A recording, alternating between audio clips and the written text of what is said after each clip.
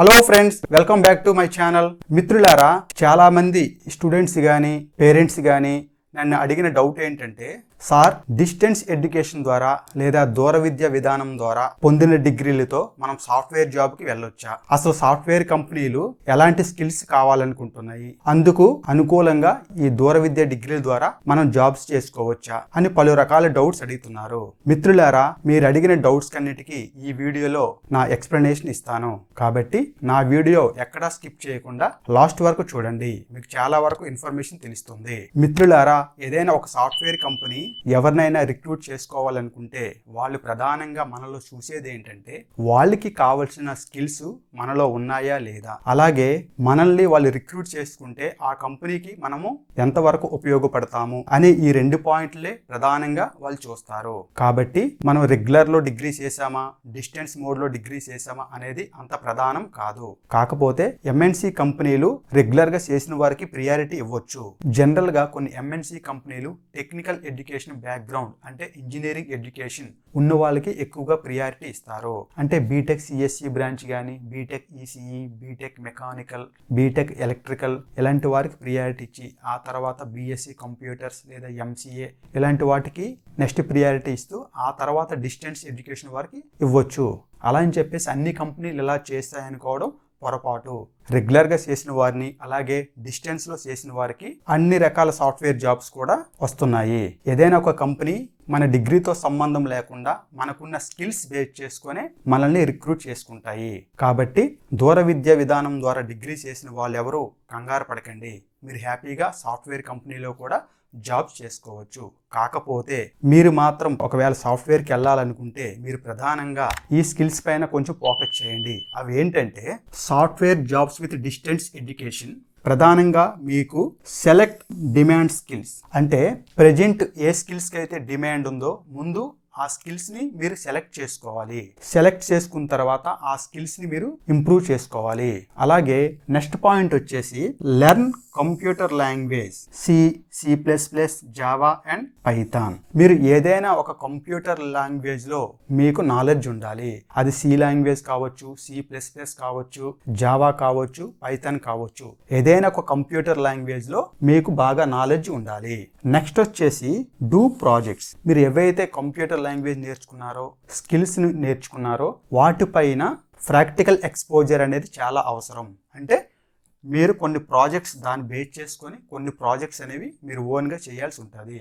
అలా చేయడం వల్ల మీకు ప్రాక్టికల్ అప్లికేషన్స్ కానీ, ప్రాక్టికల్ నాలెడ్జ్ కానీ మంచి ఎక్స్పోజర్ వస్తుంది. ఇలాంటివి చేయడానికి ఆన్లైన్లో కానీ ఇంటర్నెట్లో కానీ ఎన్నో ప్లాట్ఫామ్స్ ఉన్నాయి. వాటిని మీరు సద్వినియోగం చేసుకుంటే ఖచ్చితంగా మీకు మంచి నాలెడ్జ్ వస్తుంది. నెక్స్ట్ వచ్చేసి ఇంప్రూవ్ కమ్యూనికేషన్ స్కిల్స్. ఈ కమ్యూనికేషన్ స్కిల్స్ అనేవి ఒక సాఫ్ట్వేర్ కంపెనీకి చాలా చాలా అవసరం. వీటిపైన ఎక్కువగా దృష్టి పెడతారు. కాబట్టి మీరు ఖచ్చితంగా మీ కమ్యూనికేషన్ స్కిల్స్ అనేవి ఇంప్రూవ్ చేసుకోవాల్సి ఉంటుంది. అలాగే ఈ కమ్యూనికేషన్ స్కిల్స్తో పాటు problem solving and puzzle solving skills కూడా చాలా అవసరం. సాఫ్ట్వేర్ రంగంలో మీరు రాణించాలనుకుంటే ఖచ్చితంగా ఈ ప్రాబ్లమ్ సాల్వింగ్ స్కిల్స్ అలాగే పజిల్ సాల్వింగ్ స్కిల్స్ కూడా మీకు చాలా అవసరం. సో ఎవరైతే డిస్టెన్స్ ఎడ్యుకేషన్ లేదా ఓపెన్ డిగ్రీ లేదా దూర విద్య ద్వారా సాఫ్ట్వేర్ రంగంలోకి వెళ్ళాలనుకుంటే ప్రధానంగా వీటిపైన దృష్టి పెట్టండి. Select one demand skill, learn computer language C++, Java and Python, do projects and improve practical exposure, improve communication skills, problem solving skills and puzzle solving skills. ఇవి ఉంటే ఖచ్చితంగా మీరు సాఫ్ట్వేర్ రంగంలో రాణించే అవకాశాలు చాలా ఎక్కువగా ఉంటాయి. సో మిత్రులారా, ఎలాంటి స్కిల్స్ మీకు గాని ఉంటే మీరు హ్యాపీగా సాఫ్ట్వేర్ ఫీల్డ్ లో రాణించవచ్చు. సాఫ్ట్వేర్ కంపెనీలో జాబ్ వచ్చేసిందని చెప్పి మీరు రిలాక్స్ అవుతే చాలా కష్టం. ఎందుకంటే ఎప్పటికప్పుడు కొత్త కొత్త టెక్నాలజీ, కొత్త కొత్త సాఫ్ట్వేర్స్ మార్కెట్లోకి వస్తూనే ఉంటాయి. అవి ఎప్పటికప్పుడు నేర్చుకుంటే మీకు భవిష్యత్తులో తిరిగే లేదు. మీ అందరికీ ఆల్ ది బెస్ట్. కాకపోతే మీ అందరికీ నేను ఇచ్చే సలహా ఏంటంటే, ఎవరైతే డిస్టెన్స్ ఎడ్యుకేషన్ నుండి సాఫ్ట్వేర్ ఫీల్డ్కి వెళ్ళాలనుకుంటున్నారో మీ కెరియర్ స్టార్టింగ్ లో మీరు మాత్రం ఒక చిన్న కంపెనీ లేదా స్టార్ట్అప్ కంపెనీలో ట్రై చేయండి. స్టార్టింగ్ లోనే ఎంఎన్సి కంపెనీ లేదా పెద్ద పెద్ద కంపెనీలో ట్రై చేయవద్దు. ఎందుకంటే స్టార్టింగ్ లోనే మీరు పెద్ద కంపెనీలకు వెళ్తే మీకు కొంచెం కష్టం కావచ్చు. ఏదైనా స్టార్ట్అప్ కంపెనీలో మీరు ట్రై చేస్తే మీకు చాలా ఈజీగా జాబ్ వచ్చే అవకాశం ఉంది. ఆ స్టార్ట్అప్ కంపెనీ లేదా చిన్న కంపెనీలో కూడా కస్టమర్ సపోర్ట్ గానీ టెక్నికల్ సపోర్ట్ లాంటి జాబ్ రోల్స్ ఉన్న వాటికి కొంచెం ప్రియారిటీ ఇవ్వండి. ఇలాంటి జాబ్ రోల్స్ ఉన్న వాటికి అయితే కొంచెం ఈజీగా మీరు జాబ్ తెచ్చుకునే అవకాశాలు ఉంటాయి. వన్స్ మీకు ఎక్స్పీరియన్స్ వచ్చిన తర్వాత కావాలనుకుంటే పెద్ద కంపెనీలో మీరు జాయిన్ అవ్వచ్చు.